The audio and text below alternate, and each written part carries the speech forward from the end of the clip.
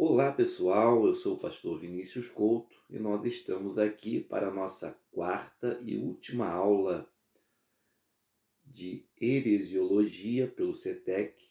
E nós, nesse momento, para dar início a essa videoaula, nós vamos fazer uma oração pedindo ao Senhor que abençoe a sua vida, a sua casa, a sua família, que te dê uma excelente aula e uma excelente um excelente aprendizado, não é? Gostaria que você, onde você estivesse, fechasse os seus olhos e nós vamos orar nesse momento. Pai, em nome de Jesus, nós te damos graça por esse momento. É a nossa quarta e última aula de heresiologia e nós pedimos ao Senhor que abençoe a cada aluno que está assistindo essa aula e que assistiu às aulas anteriores e que a nossa contribuição no ensino teológico nessa cidade possa ser de grande valia na vida dos teus filhos, ó Pai. Muito obrigado por tudo. Nós agradecemos a Ti, em nome de Jesus. Amém e amém. Meus irmãos, nós, desde o começo, a gente veio construindo um caminho, né?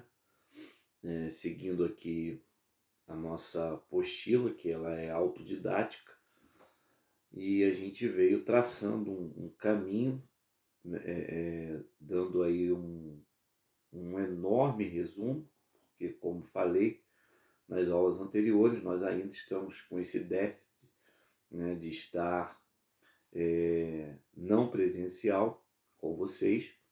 Gostaria demais de estar em sala de aula, gosto de estar com os alunos interagindo, mas dessa vez não foi possível. Espero em breve poder ver vocês pessoalmente, estar com vocês em uma outra ocasião e quem sabe em uma outra matéria, né? Então a gente se esforçou o máximo para trazer aí um resumo, até para que não fique cansativo, né? Porque a gente que está sempre envolvido com o ensino, a gente tem a habilidade sempre de estar mexendo com vídeos, ouvindo pastores, teólogos, e todo vídeo muito longo ele acaba ficando cansativo e o aluno ou quem está assistindo acaba perdendo o interesse pelo conteúdo. Às vezes o conteúdo é até bom, né? Mas quando ele é muito longo, ele acaba cansando um pouco aí o ouvinte, né? Eles que estão assistindo. Então, a gente procurou ser bem sucinto, condensar bem aí a matéria, né? Eu não fiquei aí lendo tópico por tópico da apostila, até mesmo porque você tem a apostila e todas as aulas aí eu incentivei bastante para você ler. É uma matéria super completa. Você pode fazer pesquisas na internet, no Google. Você vai ver que essa apostila e os seus assuntos estão bem inteirados, estão bem profundos, estão bem explicados, né? E aí eu reforcei, tentei explicar de uma maneira bem legal para você entender, né? A questão do que é seita, do que é heresia, do que é religião, se dentro de uma religião como o cristianismo pode ou não haver uma heresia. Eu disse que sim, e existe, né? A heresia ela é criada a partir de uma ideologia e a gente entendeu o que é seita, a gente entendeu quais são as seitas judaicas, não é, que estavam nos dias de Cristo. A gente fez aí um pequeno panorama acerca das seitas na era do nascimento da igreja, né, da igreja cristã. A gente viu aí algumas seitas que estavam já e outras que foram aparecendo ao longo do surgimento da igreja cristã. A gente veio trazendo aí algumas explicações acerca de por que estudar heresiologia. A gente está por dentro aí do que está acontecendo ou que já aconteceu, né, a criação e surgimento das seitas, né? E por que estudá-las, né? A gente frisou algumas razões por que nós devemos estudar as seitas, não é? A gente precisa ter como refutar as seitas, por isso que a gente estuda, a gente tem como ser um defensor da nossa fé, daquilo que a gente acredita, e quando a gente estuda, a gente tem como combater, a nossa fé aumenta, a gente vê que tem muito coisa criada absurda, né? E sem lógica alguma, e a gente veio trazendo isso até você, até chegarmos na parte que diz respeito a algumas seitas, e eu separei algumas aqui que a gente conhece, né, que estão aí no nosso meio, interage com a gente, quem sabe trabalha com você, alguém que pertence a essas seitas, que são os adventistas e os testemunhos de Jeová, que nós falamos na aula passada. Não é? Então, são duas seitas muito parecidas com aquilo que a gente professa, com a igreja evangélica. Nos trajes, na fala, na leitura da Bíblia, na prática do estudo, na prática da organização, do evangelismo, são muito parecidos, né? Porém, eles subtraem e adicionam coisas à Bíblia. O grande problema do surgimento de uma heresia dentro de uma seita e vice-versa é a questão de quando alguém adiciona ou subtrai alguma coisa da palavra de Deus. Né? Isso a gente já cansou de falar aqui, você já ouviu falar isso algumas vezes, mas é bom a gente sempre falar. Né? O pastor Silas Malafaia ele tem uma frase que diz que a repetição nos faz mestres. Toda vez que a gente repete alguma coisa, toda vez que a gente ouve alguma coisa várias vezes, a gente acaba realmente aprendendo. Né? Então, o intuito aqui é a gente aprender de forma bem simples, né? Infelizmente, mais uma vez friso, um pouco rasa de minha parte por não estar aí com vocês interagindo, mas seguindo aí uma cronologia da nossa apostila, não é? Que, volto a dizer, muito completa. Se você procurar na internet, aí no Google, você vai ver que todos os assuntos se encaixam na apostila, todas as falas dos pastores, dos teólogos vão entrar bem definindo aqui o que a apostila está trazendo para nós. E eu indiquei um livro, né, para vocês, que é o Heresiologia, do Raimundo de Oliveira. Né, vai dar uma amplitude aí na sua visão também, se você quiser adquirir esse livro da CPAD, um excelente livro aí para você ter em sua coleção, em sua biblioteca. Eu costumo dizer que o teólogo ele tem que ter a Bíblia em algumas versões, né, e tem que ter pelo menos aí uns 100 livros na sua biblioteca, né, de cunho, principalmente os livros de cunho teológico, né, aquilo que diz respeito às doutrinas, aquilo que diz respeito à educação cristã em geral e aquilo que diz respeito à Bíblia, né? E então o cristão deve ter alguns livros teológicos e também alguns devocionais. Eu já fui muito contra os livros devocionais, mas a gente vê que os devocionais ele tem ele é um aperitivo, né, para que a gente possa sempre aprender mais e mais da Bíblia. Tem muita coisa que se aplica a nós, tem muita coisa boa também nos devocionais. Não é isso? Então, a gente falou na aula passada, voltando aqui ao assunto heresiologia, não é?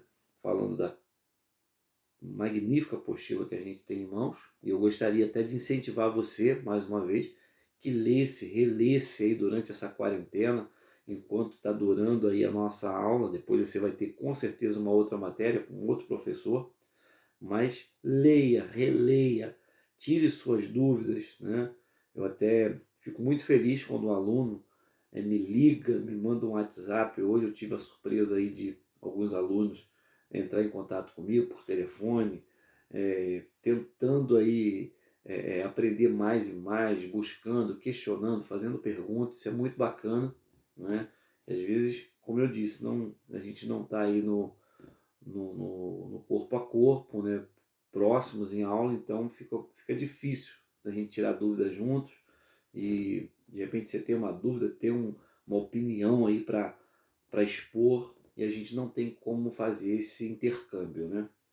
Mas é muito bacana a gente poder estar aí diante desses assuntos. O assunto passado foi Testemunho de Jeová e os adventistas. E hoje a gente também tem muita gente no nosso meio crescendo a cada dia, né? E tem várias linhas dessa seita surgindo. Eles são muito estudiosos também, praticam a caridade, não é? Tem assim uma harmonia muito grande entre eles, entre as pessoas, gostam muito de ajudar os outros, ajudar as pessoas carentes, que são os kardecistas. Nós vamos aí na página 20 estudar aí o espiritismo kardecista. Eu quero falar nessa aula, né, que é a nossa última, de pelo menos duas seitas aí, e quero sempre trazer alguma coisa que está em nosso convívio. Como foi da aula passada, falamos de duas seitas que estão em nosso convívio, que são os testemunhas e os adventistas. A gente está sempre com eles, se esbarra com eles toda hora, e eu gostaria nessa quarta e última aula trazer o espiritismo kardecista, né, como nosso primeiro comentário aqui nessa aula, para que também são pessoas que estão em nosso meio. Quem nunca trabalhou com kardecista, quem não conhece um kardecista, quem de repente não é vizinho de um, eu, por exemplo, sou vizinho aqui de kardecistas, e a gente vai esbarrar com eles, vamos de repente confrontar ideias, né, e a gente precisa conhecer para que a gente possa conversar com eles, se relacionar, né, sem ferir, que o grande problema é você ferir o ser humano, não é ferir a religião dele, nem a seita que ele frequenta, é você de repente ferir um ideal, uma ideologia que ele tem, você ao invés de colocar o evangelho no cidadão, você vai afastar esse cidadão. Eu costumo dizer que, primeiro, quando a gente trabalha a prática do evangelismo, né? Aqui não é uma aula de evangelismo, mas eu quero deixar aqui esse pequeno comentário. Primeiro, você ganha a pessoa para você, para depois ganhar para o evangelho. Tem gente que força a barra. O cara já chama o cara de idólatra, o cara já chama o cara de um monte de coisa, coloca aí uma pedra pesada, né, nas mãos do cidadão que ele está evangelizando. Moral da história, você perde o cara, faz o cara ficar irado, faz o cara ficar irado com o evangelho, irado com os crentes, a gente não chega a lugar nenhum. Quando a gente tem um bom relacionamento, primeiro a gente ganha a pessoa para a gente, conquiste a pessoa, depois você ganha para Cristo. Eu já consegui, em meu praticamente 25 anos de ministério, tanto de pregação como pregador itinerante, como palestrante em várias igrejas, em vários estados do Brasil, já consegui ganhar muitas almas, mas no corpo a corpo, o meu maior êxito como um ganhador de almas, como um pregador, no particular, foi trazer pessoas para o meu convívio, trazer pessoas para próximo de mim e depois trazer o evangelho para essa pessoa. Hoje mesmo eu tenho vários filhos na fé que foram trazidos através da graça simpatia, da graça que envolve as pessoas, através de uma conversa, daquilo que a pessoa gosta, para depois a gente colocar sim o evangelho no meio da conversa e a gente vai falando do evangelho, o Espírito Santo vai trabalhando, porque quem convence é o Espírito Santo, não são as palavras persuasivas do pregador, mas é o Espírito Santo que convence, e assim a gente vai evangelizando. Então a gente tem que conhecer um pouquinho das seitas para a gente poder trabalhar essas vidas que estão por trás da seita. né? Então, uma outra seita que está aí em nosso meio, a gente esbarra com pessoas dessa seita a todo momento, são os kardecistas. Nós temos aí uma breve história e a gente vai ler um pouquinho essa história bacana e eu vou comentar um pouco sobre ela. O espiritismo moderno surgiu em Hyattville, nos Estados Unidos, com as irmãs Margaret e Kate Fox. As duas eram ainda crianças quando, em 31 de março de 1848, aconteceram as primeiras manifestações espíritas. Ruídos de pancadas foram ouvidos na casa da família Fox. Depois, móveis passaram a mover de uma parte para outra. Kate e Margaret criaram um sistema de comunicação com o suposto espírito. As notícias do fenômeno se espalharam e sessões espíritas começaram a ser realizadas por toda parte, tanto nos Estados Unidos como na Europa. O espiritismo tem em Allan Kardec a sua principal estrela. Seu verdadeiro nome é Hippolyte Léon Denisard Rivail, né, mais conhecido como Léon Rivail, né? Ele nasceu em Lyon, na França, em 3 de outubro de 1804. Anos depois, mudou-se para Yerdon, na Suíça, onde estudou com Pestalozzi. Kardec formou-se em letras e o cara era muito inteligente. Diga-se de passagem que ele era um cara muito inteligente, né? Ele formou-se em letras e ciências e doutorou-se em medicina em 25 de março de 1856. Numa sessão, Kardec recebeu através de uma média a informação que dali por diante um espírito dominado à verdade seria o seu guia espiritual. Em 18 de abril de 1857, ele publica o Livro dos Espíritos, uma obra contendo mais de 1000 respostas de perguntas feitas aos espíritos. Outras obras foram publicadas: o Evangelho segundo o Espiritismo, a Gênese, o Céu e o Inferno, o Livro dos Médiuns e o que é Espiritismo, obras póstumas. Kardec faleceu no dia 31 de março de 1869, em Paris, aos 65 anos de idade, vítima de um aneurisma cerebral. Na França de hoje, não há mais de 1000 adeptos do espiritismo. Olha que interessante, né? Aonde o cara nasceu, aonde ele fez aí toda a sua formação, hoje não temos muitos adeptos do espiritismo. Em contrapartida, nós temos aí em várias cidades do mundo o espiritismo de Kardec como uma religião muito forte, né? Uma seita muito forte. Então, a gente vai identificar uma coisa. O precursor, né, do espiritismo, no caso, o espiritismo nasceu com as duas irmãs, a Margaret e a Kate, né, nos Estados Unidos. E como o Léon Rivail, o Allan Kardec, ele era um cara muito inteligente, ele se interessou pelos estudos, né, dos fatos. E eu não sei se alguns de vocês já viram o filme do Kardec. Quem tem Netflix aí pode assistir. É bem interessante. Ele, na verdade, relutou muito.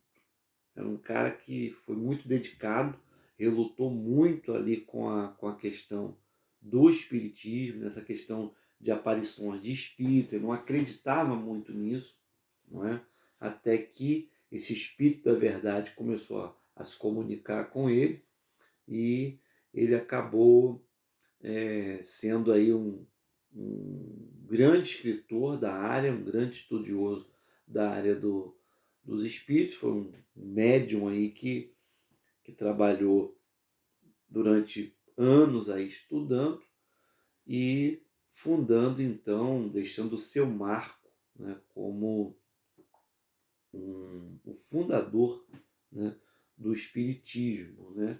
E a gente entende que, na verdade, os mortos não voltam mais. A Bíblia vai afirmar isso. A gente vai ver ao longo da apostila que, uma vez morto, morto para sempre.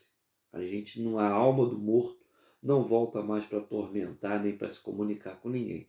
A gente sabe que os espíritos malignos se apoderam dessa ideologia para poder fazer essa confusão toda, né? E aí nós vemos vários espíritas, vários médiuns, né? E a gente vai falar um pouquinho aqui a respeito disso no próximo tópico, né? Que tá aqui, ó, o espiritismo no Brasil. Olha só que legal. Espiritismo no Brasil. Deixa eu ver aqui.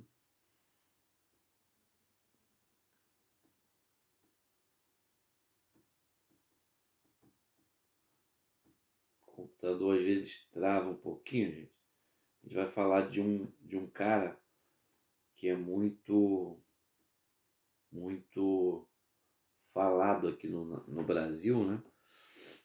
O espiritismo no Brasil, atualmente, o espiritismo kardecista conta com cerca de 6,9 milhões de adeptos. Existem em torno de 5.500 centros espalhados por todo o Brasil, né?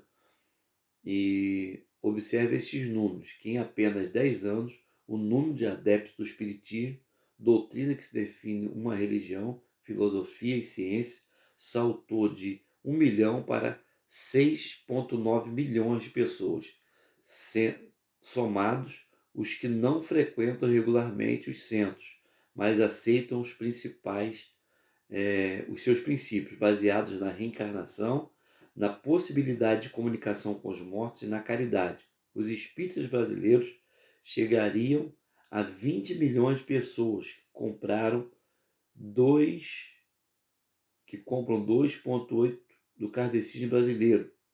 E é o de Chico Xavier, natural de Uberaba, Minas Gerais, é dito que Chico Xavier já incorporou cerca de 605 autores falecidos e 328 poetas, né?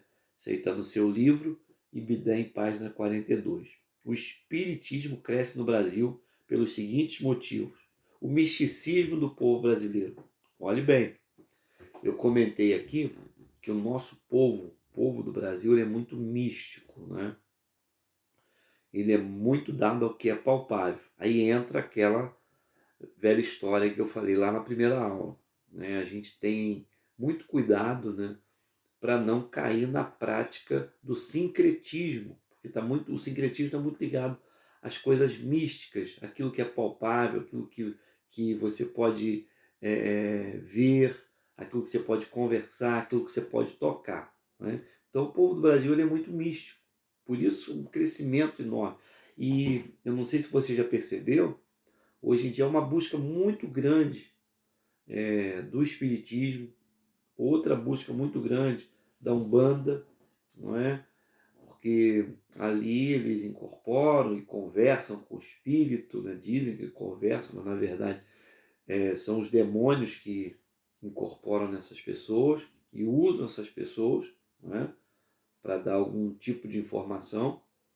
E o que acontece? Eles estão em busca disso. Essa questão da vida após a morte, né? E a gente sabe como é que a Bíblia nos orienta, nos mostra como é a vida após a morte, né? Eles não têm noção disso e ficam buscando soluções e informações dentro do kardecismo, da Umbanda e etc. E a gente vai analisar aqui por que o Brasil é tão voltado a isso, por causa do misticismo, a cultura mística que existe no Brasil e trazido também pelo catolicismo, pelos católicos apostólicos romanos. Desde o tempo do descobrimento do Brasil, quando eles já vieram, esse padrão místico já está neles, né? Então, isso facilita muito a introdução do espiritismo de Kardec, né? Uma outra coisa, a falha do catolicismo romano em atender os anseios espirituais dos membros, né? O que acontece? O catolicismo romano, como eu falei, ele é bem místico, mas ele é um pouco frio, é um pouco distante. Eu não sei se alguns de vocês aqui já frequentaram, já foram. A gente hoje, devido a essa vibe nova, nós vamos falar aí do movimento carismático, eles já estão mais tentando se assimilar com o povo evangélico, né?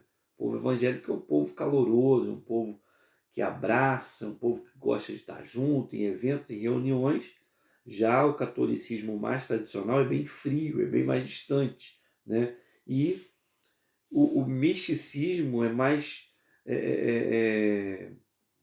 para a prática de culto, né? Já no kardecismo, não, você carrega aqueles amuletos, você tem aquele convívio com aquela situação toda hora, todo dia, todo momento. Então, o que acontece? O catolicismo falha, né? Que deveria, né, a palavra católico, apostólico, romano, né, a palavra católico, na verdade, ela quer dizer universal. Ela deveria ser a igreja que fosse a detentora da verdade, teria que ser a igreja que aplicasse a verdade sobre tudo e não praticasse aí a idolatria, que é um dos principais fatores, né, do catolicismo. Então ela era para ser a defensora da integridade cristã, mas por falha dela, outras religiões e seitas imperam aí na nossa nação. Outra coisa, a fachada cristã do espiritismo, uma coisa que é muito semelhante. Existem pessoas espíritas que frequentam a igreja católica, católico que frequenta o espírito, deu tudo na mesma, né? Eles têm os mesmos ídolos, a mesma Bíblia, alguns ensinos bem semelhantes, a questão da paz, da tranquilidade, da caridade, né? A gente vai ver aí um movimento muito próximo ao espiritismo de Kardec, que é a LBV, a Legião da Boa Vontade. A gente provavelmente vai estar falando um pouco aqui também na apostila.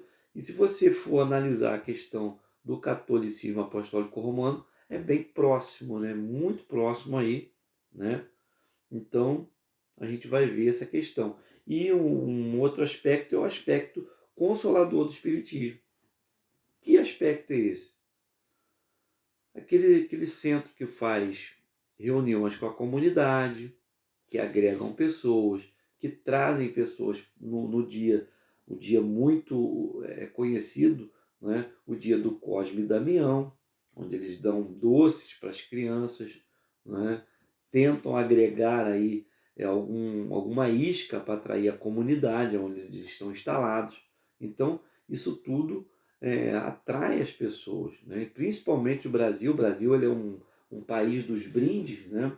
Por exemplo, você vai num lugar e tem um pequeno brinde, por exemplo, você vai num restaurante, lá você tem um chazinho, um cafezinho, aquilo ali é uma isca, é um atrativo. Não é? Se você vai no mercado e lá tem uma pontuação, você dá preferência àquele mercado por causa dos pontos, porque você vai ter um benefício.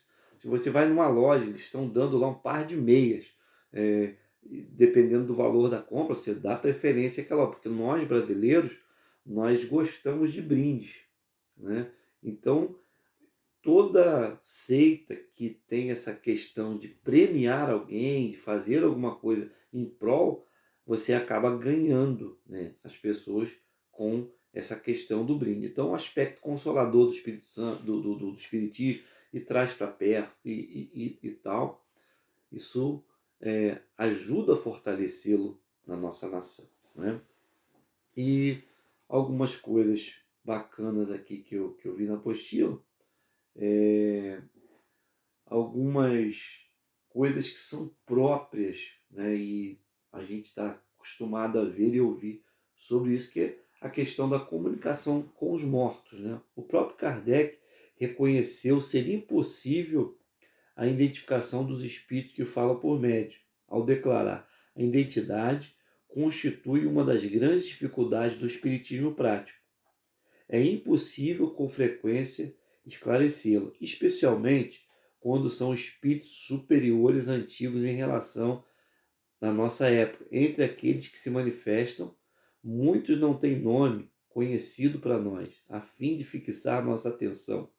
podem assumir o de um espírito conhecido, que pertence à mesma categoria. Assim, se um espírito se comunica com o nome de São Pedro, por exemplo, não há nada mais que promove que seja exatamente o apóstolo desse nome. Pode ser um espírito do mesmo nível por ele enviado. O que é o espiritismo, né? Aqui ele está dando um pequeno trecho do livro do que é o espiritismo, dizendo que um espírito superior pode enviar um outro inferior, dizendo que é ele. Então, é confuso, né? É confuso, porque nós vemos que isso é uma mera ficção. E uma coisa, eu vendo o filme do Kardec, eu percebi que ele foi mais um bode expiatório do espiritismo, por ele ser muito inteligente, muito estudioso e ter aí a disponibilidade para escrever, de averiguar os fatos. Ele foi como forçado, né, pelo clérigo espírita para ser quem ele foi. Então a gente vê que ele também se contradiz. E a gente vai ver aí, né, algumas refutações, né? Em Êxodo 22:18, Deus proíbe tal forma de comunicação, né? Em Coríntios 2:6 e 8, os espíritos dos salvos vão para o céu, né? E os incrédulos para o Serol, ou Hades, lá permanece sem poder sair. Lucas 16:24 a 28. A proibição de Deus acerca da necromancia não é porque ela seja possível, mas porque quem se comunica nas sessões espíritas são os espíritos malignos que trabalham para o pai da mentira e os próprios médios impostores que enganam as pessoas. Então, se alguém vai em uma sessão espírita, aquela possível encarnação, na maior parte das vezes, é mentira. E quem está por trás disso? O pai da mentira. E quem é o pai da mentira? O diabo. Então, gente, a gente precisa ter muito cuidado, né? E com isso aqui, nos dias atuais, onde o pessoal está buscando, né? E tem muita gente que anda como aqueles crentes na nossa igreja que andam atrás da revelação. Onde tem um profeta, ele está. Porque o profeta vai falar do seu futuro. O povo está muito preocupado com o futuro. E o nosso futuro, ele está nas mãos de Deus. Nossa vida está na mão do Senhor. E o que vai acontecer com a igreja, a gente já sabe. A igreja de Jesus, com todas as imperfeições que tem, ela um dia será glorificada. Após o arrebatamento da igreja, a igreja será glorificada. E isso vai acontecer num abrir e piscar de olhos, né? Nós vamos ser arrebatados. Então, o futuro da igreja, o futuro de cada um de nós, a gente sabe. A gente não precisa estar buscando muita coisa. E tem gente que fica aí atrás de pessoas, porque o irmão é profeta, porque ele cita o CPF. E aí, citou o CPF, que diferença fez? Mudou alguma coisa na sua vida? Não é? Então existem aí os profetas do CPF, os profetas que revelam um monte de coisa, mas que na verdade para nada serve, né? E toda grande profecia na Bíblia foi para mudar uma nação, para mudar o rumo da história, não foi para massagear o ego de uma pessoa ou de duas, sempre foi para mudar a vida de alguém, né? Então a gente tem que estar muito ligado com isso, né? E então, gente, a principal é, é, fala deles, né, é a questão e a principal crença, né, é a questão aí da comunicação dos mortos. Uma outra coisa que eles têm muito em comum é a questão que eles dizem que a salvação é pelas obras. Quanto mais você faz, mais salvação você tem, não é?